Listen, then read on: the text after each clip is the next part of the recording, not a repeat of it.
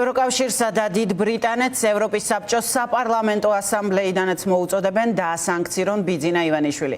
მოწოდებების ავტორებს შორის არის ბრიტანელი დეპუტატიც, რომელიც მიიჩნევს, რომ მხოლოდ სანქცირების ენით არის შესაძლებელი მდიდარ ადამიანებთან საუბარი. ევროპელი პოლიტიკოსები ხედავენ რისკს, რომ შესაძლოა საქართველოში ვითარება გამწვავდეს, მაგრამ კიდევ ერთხელ უპირობო მხარდაჭერას გამოხატავენ ქართველი ხალხისა და მათი ბრძოლის მიმართ თავისუფლებისთვის. საქართველოს საკითხზე ევროპის საბჭოს საპარლამენტო ასამბლეაში ხუთშაბათს დებატებიც გაიმართება და უფრო მწვავე განცხადებებს სავარაუდოდ იქ მოვისმენთ. მანამდე ლუკა ხაჩიძე სტრასბურგში ესაუბრა ევროპელ პოლიტიკოსებს და ყოფილ მაღალჩინოსნებს ის ჩაგვართვება ახლა პირდაპირ ეთერში. ევროკავშირიდან სანქციების პირველი ტალღის მოახლოების ერთგვარ ანონსად შეიძლება შეფასდეს ის ინტერვიუ, რომელიც ჩვენ ცოტა ხნის წინ ჩავწერეთ აქ სტრასბურგში ესტონეთის პარლამენტის წევრთან და ესტონეთის დაზვერვის ყოფილ ხელმძღვანელთან.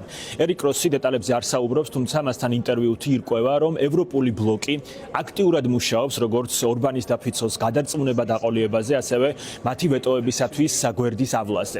ერიკ როსი, რომელიც ძალიან კარგად იცნობს საქართველოს და იმ დისკუსიებსაც, რომლებიც მიმდინარეობს ევროკავშირის დედაქალაქებში, ჩვენს ქვეყანაში შექმნილ ვითარებას უწოდებს შემაშფოთებელს. ის ევროპის საბჭოს საპარლამენტო ასამბლეის იმ წევრებს შორის არის, რომლებიც ღიად აკრიტიკებენ დასავლეთსაც, მათ შორის პასეს ტრიბუნიდან იმ ნაბიჯების არაეფექტიანობის გამო, რომლებიც უკვე გადაიდგა ოცნების მთავრობის წინააღმდეგ. პოლიტიკოსის შეფასებით პარტნიორები უნდა გააქტიურდნენ, რადგან ოცნება ქვეყანას დემოკრატიიდან დიქტატურისაკენ ატრიალებს. სიტუაცია აშკარად ძალიან შემაშფოთებელია. ძალიან შთამბეჭდავია, რომ საქართველოს მოქალაქეები ქუჩაში არიან, აპროტესტებენ და ითხოვენ თავისუფლებებს და უფლებებს.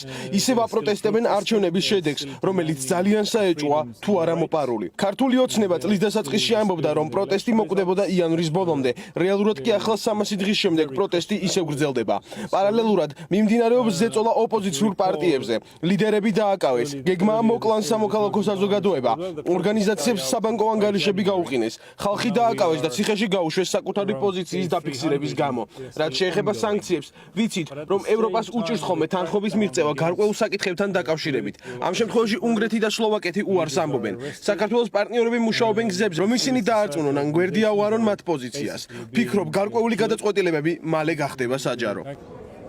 აქ პასეში პერსონალური სანქციებისაკენ მოწოდებები ისმის გაერთიანებული სამეფოს დელეგაციისგანაც კრისტოფერ ჩოუპი არის კიდევ ერთი დეპუტატი დიდი ბრიტანეთიდან, რომელიც ფიქრობს, რომ პასუხისგებლობა დემოკრატიულ უკუსლაზე, რეპრესიებზე უნდა დაეკისროს პირადად ბიძინა ივანიშვილს და რომ ლონდონმა მიზანში უნდა ამოიღოს მისი ქონება. სწორედ სანქციებს უწოდებს ის ეფექტიან მექანიზმს დიქტატორების წინააღმდეგ და ამიტომ უერთდება მოწოდებას, რომ შავსიაში მოხდეს პერსონალურად ქართული ოცნების საპატიო თავმჯდომარე.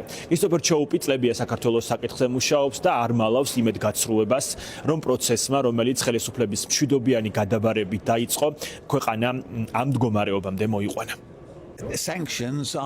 სანქციები ის ენაა, რომელიც მდიდარ ადამიანებს კარგად ესმით. მით უმეტეს, რომ როგორც ვიცი, ბიძინა ივანიშვილს დიდი ქონება აქვს დიდ ბრიტანეთში. ამიტომ სანქციების დაწესება ვფიქრობ მართებული იქნება. ეს არის გზა, რომ ხარი დაუჭიროთ კანონის უზენაესობას და დიქტატორებს ვაიძულოთ გონს მოვიდნენ.